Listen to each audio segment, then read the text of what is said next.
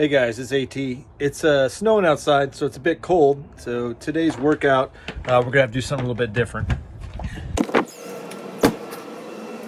And you guessed it, today's video is about garage gym heating, so stay tuned.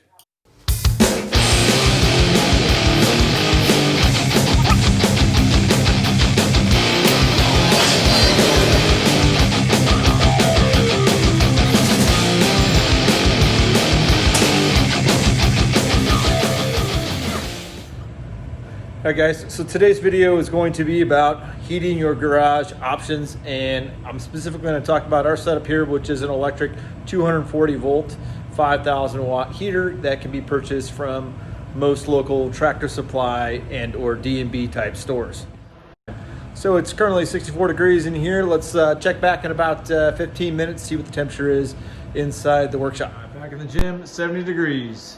All right guys, so I specifically want to talk about our setup today, which is an electric heater. This one's called Comfort Zone.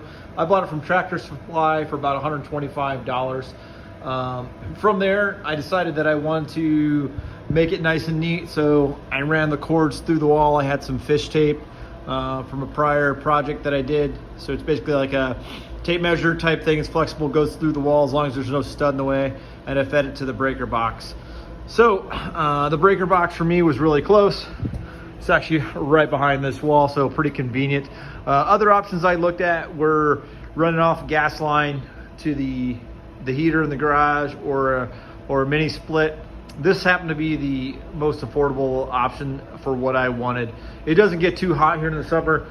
Pretty much with fans, I'm comfortable working out in the summertime, and no problem with being hot. But being cold, as we know, is a bad thing, because you start breaking, tearing stuff. Those stretchy tendons, we want to get nice and warmed up. So looking at this thing's what we're going to review today. So first and foremost, guys, I am not an electrician. Anytime you're messing with electricity, you should be careful, making sure you're up to code. And if you're unsure, just go ahead and hire a professional. All right, so the very first thing I think you should do is go ahead and seal your doors, your windows, anywhere else you may have a leak.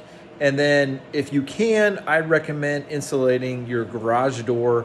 That makes a huge difference. In the summertime, you feel your garage door, if it's aluminum, it's hot. You know there's just a bunch of heat coming in. It's the same thing in wintertime. You feel it, it's freezing cold. So I totally recommend that. Obviously, it costs a lot if you're going to finish your garage and it's not complete already. So insulating is a big cost. But if it's just the door, I recommend go ahead and do that. You guys can see what we've done here with our door. Stats, this thing is about a foot wide, about 20 inches tall, and about 15 and a half inches long. Here is running on a 30 amp circuit. Like I said, it's got a max amp draw of about 21 amps, so a little bit of buffer there. And it's advertising 17,000 British thermal units, or BTUs. So not that big. It fits right behind the garage door rail there. And I elected to mount it to the ceiling, but you could do it to the wall just as well. That swivel's adjustable on the top. Like I said, this is the base model, guys, for $125, $130. But you could definitely go up from there. They've got ones that put out more heat. They have more options. They've got ones with remote temperature thermostats inside there are selectable. But once again, for our setup, we only needed heat to come on through the device directly, and all that automatic stuff is going to be controlled through the smart switch and or the app and sensors that give input to the hub. All right, from this system, we've got the heater up top. It's got 3 modes. If you can see it right here, little switch, 1, 2, and 3, and I think we got it set in the middle right now. So it's 2,000, 3,000, or 5,000 watts. At 3,000 watts, yeah, it's a lot of power, but it heats up here pretty quick. I haven't seen too many jumps in the electrical bill. We've got it plugged into the wall with 240 volt. Just got the cord for a few dollars, actually at a second-hand shop. Somebody used it from a washer or dryer or something like that. And the plug as well. The thing right below it is called a contactor. It's actually a little switch. So believe it or not, I've got two different circuits here, and I'll explain.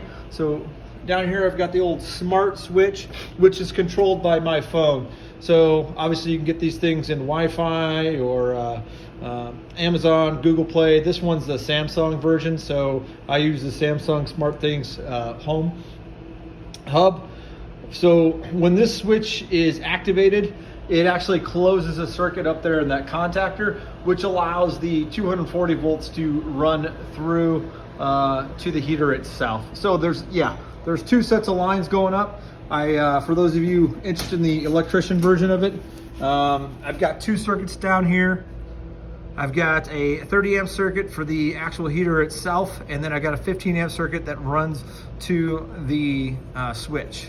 So if either one of them's turned off, it'll kill the bottom one, for example. If this one is disconnected, it'll de-energize the contactor and it won't allow power to get to it. So pretty much that one's hot all the time. And when this switch is energized, it lets the power run to the heater. So other options I have right now, it's just on manual, but I can set this thing to run off of a thermostat or any kind of action, I would call it, because it's on the smart home hub. So say for example, if the garage door opens up or I set a certain time, just like you have lights come on, maybe I want to set a certain time for the heater to come on so it warms up the garage. I can also have it turn off at a certain temperature. Maybe I want it to warm up to 69 degrees, the perfect temperature for working out, and a lot of other things, if you know what I mean. And then I want it to go off and maintain that temperature. Maybe I'm worried about this thing running all day, so I set a limit where it only runs from 6 to 8 a.m. or something like that. If one of the kids comes in here, turns it on, it'll go off. So I can set it, actually right now I think I've got it set to go off an hour and a half after it's on, which it would be way too hot. I think the thermostat would kick off first. Question, so how long does it take to heat up the garage? So, yep, today this workshop, the Madman workshop, is actually a workshop today. I've got, we've been working at a table, so I've got a planer joiner, table saw, I've got the tabletop in the house that I've built, and the legs and trestles are here. But anyway, moving on, I've got a 3-car garage. I think we're about just over 500 square feet in here. So pretty decent sized space. And this heater heats it up to a comfortable temperature within a half hour, 45 minutes, depending on the outside air temperature. Hey guys, just let you know there's a lot of different options out there. This is just one. There's floor space, and you can do this pretty easily, relatively on a cheap budget. I think in total, had I had to buy everything, it would have cost me about $200. Hey guys, thanks for checking out my setup for garage heat. I hope that you guys are finding ways to keep your gyms warm so you can continue to work out. If you have any questions about the specific setup, go ahead and send me a message and I'll be happy to answer for you. This is AT reminding you to stay focused, stay hungry, and train like a madman.